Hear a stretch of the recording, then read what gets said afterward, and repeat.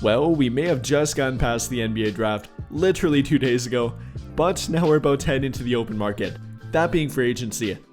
Yup, just like that, the draft is old news, dead and over with, and now we're about to head into free agency. And for a team like the Lakers, there definitely is plenty of upside here with it, having the ability to maybe get their starting level big man, simply get a legitimate center on their team for one, adding more 3-and-D talent to their team and better fits around Luka Doncic and LeBron. But then there's obviously plenty of downside here too, aka potentially losing current free agents and current members of their team. One of which could be a guy like Dorian Finney-Smith. Reports say that he's more likely to opt out rather than opt into his current player option, which could potentially be a very bad thing for the Lakers as they could lose him in free agency.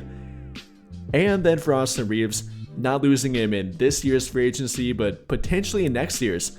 According to reports, he turned down a contract extension from their team, and there definitely is a debate about how much money he will look for and how much money they should offer him going forward. So we'll talk about that, talk about what reports are currently saying about the Lakers, Dorian Finney-Smith, and Austin Reaves entering free agency, and what their current market and relationship is like between them at this point. And well, without further ado, beginning with Austin Reaves, like I said, he did turn down a contract offer from their team, them offering him the max they could offer him, that being a 4-year contract worth roughly $89 million, which I think we all expected him to decline if you even knew they did offer him that or could offer him that. That's not enough to retain him at this point. I mean, looking at his peers around the NBA, the contracts that have been handed out lately, I mean, for a guy like Naz Reid, for example, just getting a brand new 5-year, $125 million contract, coming out to $25 million per season over that 5-year duration. And well, that's a guy that's coming off a really unspectacular playoff run. Yes, he was pretty efficient, but only averaging 10 points per game, down from his regular season average of over 14 per game. So many fans pointing to Austin Reaves saying that he didn't play well during the postseason, so he shouldn't get a good contract or even come back with their team for that fact. Yes, that's a very common thing, and I'm sure there will be comments about it. This kind of shows that even from a relatively short but unspectacular playoff run, like Naz Reid had for example, and that's with him playing triple the amount of games that Reaves played in the postseason, you can still get a pretty big contract and still have your team believe in you too. Taking a look around the NBA for example, guys that are currently making roughly $30 million per season over at least the next 2 or 3 years here, looking at guys like Emmanuel Quickley, Isaiah Hartenstein, Drew Holiday, Jeremy Grant, Jordan Poole, DeJounte Murray, Devin Vassell, all of which I would compare Austin Reaves to in regard to production. In fact, I definitely put him above a majority of them, maybe even all of them apart from maybe 1 or 2 at the absolute most here. So again, whether you're talking about a postseason run and pointing to Naz Reid here, still getting that contract amount and that's a pretty hefty sum, or then pointing back to Austin Reaves and what the Lakers should or should not be afraid of with him, I'm more on the side of that it's not that big of a deal here. No, I don't believe they will or should offer him a max contract. He will be eligible for a roughly 5-year, $250 million max contract, or with any other team, a 4-year, $180 million contract next summer. But again, I don't believe he'll get that, and I don't believe he'll demand anywhere close to it. If we're simply talking about a 4-year, $120 to $130 million contract, yes, that obviously sounds like a lot and is a real-life gigantic sum of money. But for the NBA and comparing it to the current and future salary cap here, that's not even half of a max contract. Kind of weird to think about, but that does happen to be true.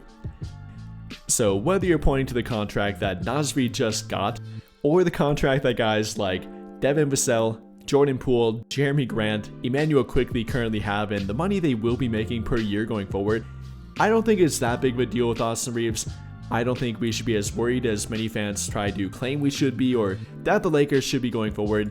Again, if it would come down to a max contract, then it might be different, but I don't think that'll be happening.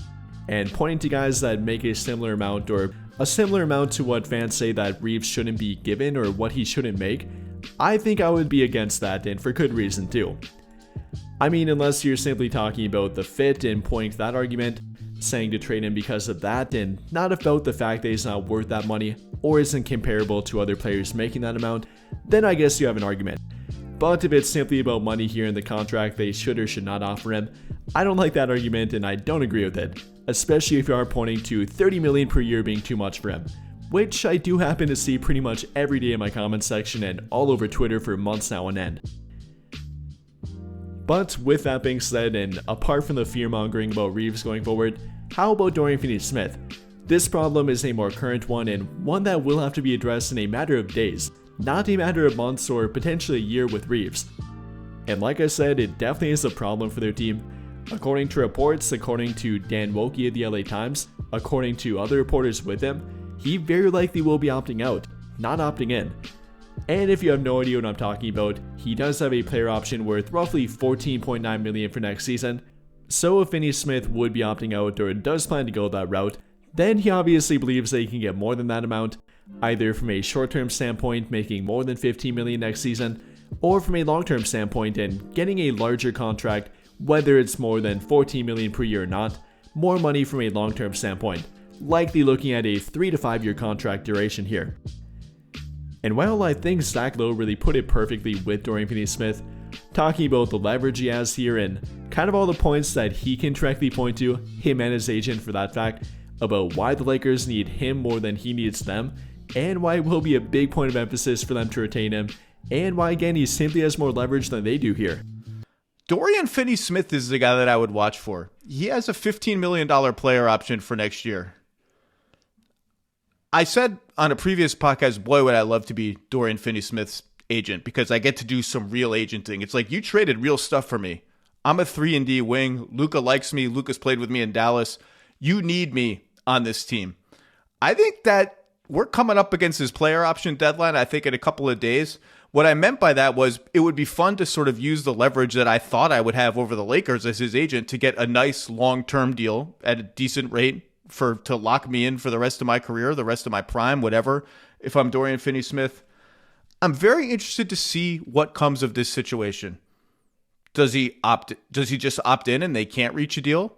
Is that actually what the Lakers maybe want? Like maybe we don't want to pay $80 million over the next 5 years or whatever for Dorian Finney-Smith. Maybe we want him to opt in and then we can sort of make a decision in a year, one way or another. Does he dare to opt out and test a market that just isn't there with cap room other than Brooklyn, basically, and maybe one other team, but we'll get to them, and I don't think they'll actually have cap room. So yeah, I definitely do agree with Zach Lowe here. For one, they obviously gave up assets to get Finney-Smith, trading D'Angelo Russell, whether you view that as valuable or simply an expiring contract, whatever, they did trade him. Then for the second round draft picks they traded, that was pretty much the entirety of their second round draft asset pool, and they gave up quite a bit to get Finney-Smith. So you don't want to do that for simply a rental, simply for 3 months of Finney-Smith, albeit a pretty good 3 months. You want to retain him, whether that be on that 1 year player option and have at least one more year with him, or for a longer 3 to 4 year contract, which they obviously do want to get done with him, but at the right price here. So talking about that, I'm not sure they want him, I guess, to opt in rather than a 3 or 4 year contract. I guess it comes down to the per year amount that he would take or what they would offer him. If it would be something like a 3 year, $35 million contract, then I think they would prefer that. A slightly lower annual season average compared to what he would make with that player option. If they could lower that to maybe about 11 or 12, at the most maybe 13 million per year, even give them a slight little leeway between them in the second apron here, that would obviously be valuable to their team. Every little bit counts in the new CBA, and even that little amount would help their team out. But then another thing to point to here is simply the fact that Luka Doncic really likes Finney-Smith. He wouldn't be happy if Finney-Smith left if the Lakers didn't make a real effort to retain him, and knowing the fact that they can retain him for pretty much any amount and more than any other team would offer him, they have the ability to do it, and Luka obviously would like them to do it. I mean, if Finney-Smith would leave their team, that would be a pretty bad start to their relationship with Luka Doncic. Having one of his favorite teammates full-time leave their team just after they got reunited, that wouldn't be a good look for them. So once again, another thing that both Finney-Smith and his agent can point to in contract negotiation. But then finally for our guest, the Lakers leverage here, and if Finney-Smith would in fact opt out, it's simply the fact that he doesn't have many options on the open market. Yes, there might be a contender that would offer him the full mid-level exception, but even that for simply next season, is lower than what he could simply opt into with his current player option. And apart from maybe one or two other teams with actual cap space, neither of which are going to be contending teams, there is no other option for Finney-Smith. So that's what the Lakers have to offer here.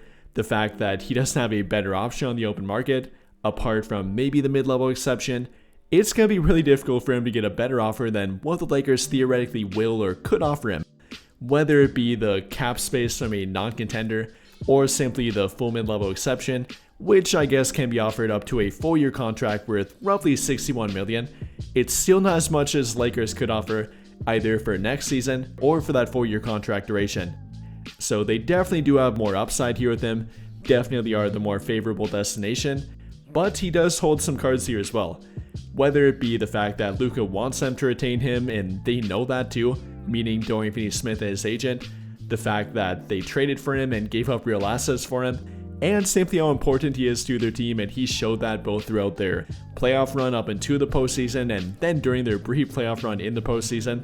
He's very important to the rotation, whether you're talking about coming off the bench in their starting lineup, whatever it might be.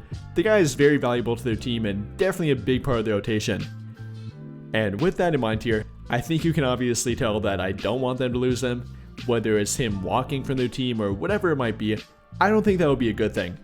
Which, believe it or not, some fans claim it would be a good thing. I mean, if he would leave, they might be able to get the full mid-level exception, but would it be worth it? I mean, even getting a guy like Nickeil Alexander-Walker, would that be an upgrade compared to Finney-Smith? Would that be an upgrade considering the fact again that they traded trade assets to get him, then losing him, then to only replace him with, I guess at the most, a Nickeil Alexander-Walker, maybe a different player, but even at that point, are you going to argue that losing Finney-Smith plus the second round draft capital and an expiring contract is worth it for that? I don't think you can or really should for that fact. But with all of that being said, what do you guys think? How do you feel about the situation with Dorian Finney-Smith? Do you think he will decline that player option, and if he does, what should or what will the Lakers do to retain him? And then how do you feel about Austin Reaves? Him declining that contract extension, very believable, and then what do you think he'll ask for next summer? What do you think the Lakers should give him, and what kind of contract do you think would be fair for both of them? Let me know your thoughts in the comments down below. But I think that'll pretty much do it for this one. And if you enjoyed the video, then I'll greatly appreciate it if you dropped a like, subscribe to the channel if you have not already, and hit that notification bell to never miss out when I upload a video. But as always, thank you for watching and have a great day or night.